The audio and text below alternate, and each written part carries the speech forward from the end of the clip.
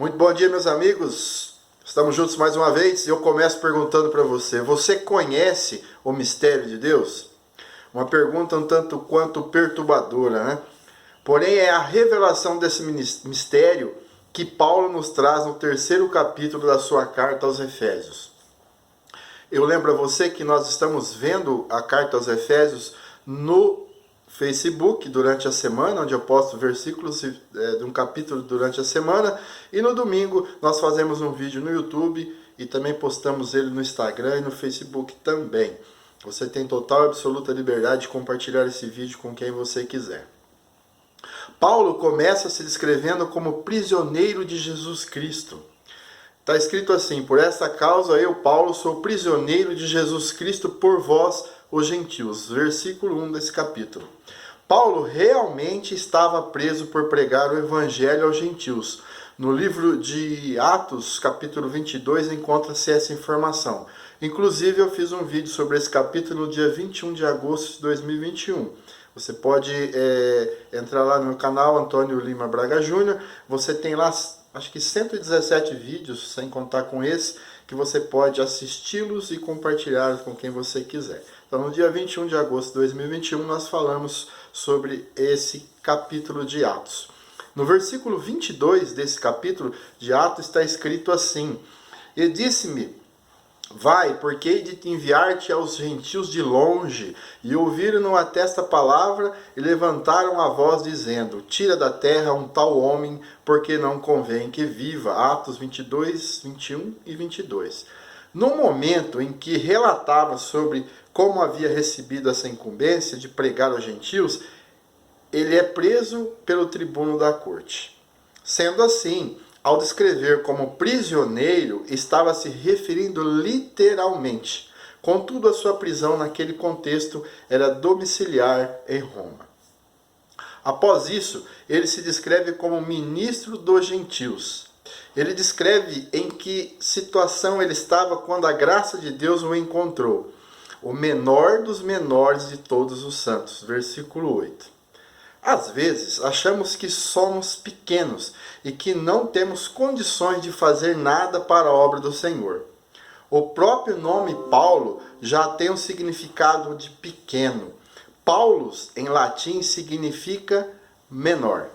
Entretanto, Deus o fez grande. Esteja certo de que os planos de Deus são grandes em sua vida. Ele não está se limitando na sua visão terrena.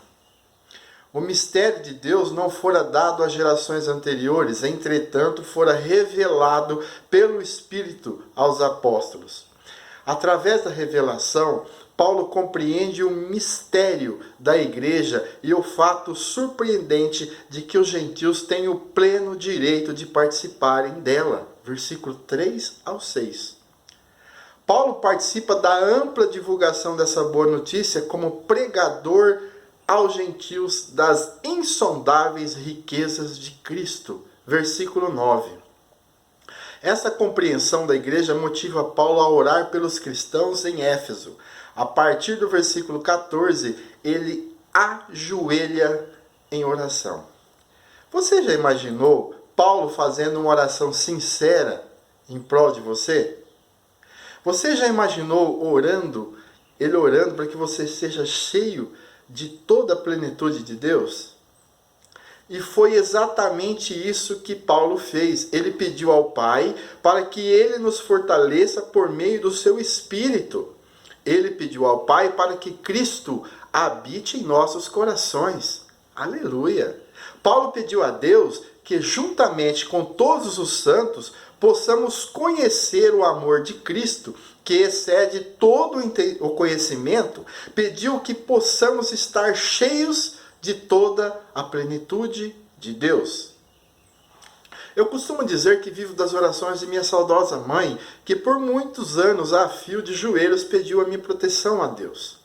Da mesma forma, eu afirmo que você, que eu, que nós vivemos das orações de pessoas como Paulo, que dedicou a sua vida em levar a palavra de salvação ao seu semelhante, sendo ele judeu ou gentil. A sua oração é linda Ele diz assim: oro para que com as suas gloriosas riquezas ele os fortaleça no íntimo do ser com poder por meio do seu Espírito, para que Cristo habite em seus corações mediante a fé. E oro para que vocês, arraigados e alicerçados em amor, possam, juntamente com todos os santos, compreender a largura, o comprimento, a altura e a profundidade, e conhecer o amor de Cristo, que excede todo o conhecimento, para que vocês sejam cheios de toda a plenitude de Deus. Versículos 16 ao 19. Mas fica uma pergunta muito importante. Será que o Espírito Santo encontra em nossos corações uma morada agradável? Meus amigos, o propósito de termos Cristo morando em nossos corações é para que venhamos compreender o amor de Deus para conosco. Todavia, o próprio Paulo nos diz que esse amor excede todo entendimento. Se excede todo entendimento, como vamos compreender? Quando você passa a ter um relacionamento com o Espírito Santo, a compreensão desse amor passa a ser estabelecida. É um amor que deve ser compartilhado. Fica evidente a ação de Deus. Ele termina a sua oração dizendo: aquele que é capaz de fazer infinitamente mais que tudo que pedimos ou pensamos, de acordo com o seu poder, que atua em nós, a ele seja a glória na igreja em Cristo Jesus por todas as gerações, para todos sempre. Amém. Versículos 20 e 21. Um bom dia e que a paz do nosso Senhor Jesus Cristo esteja com todos.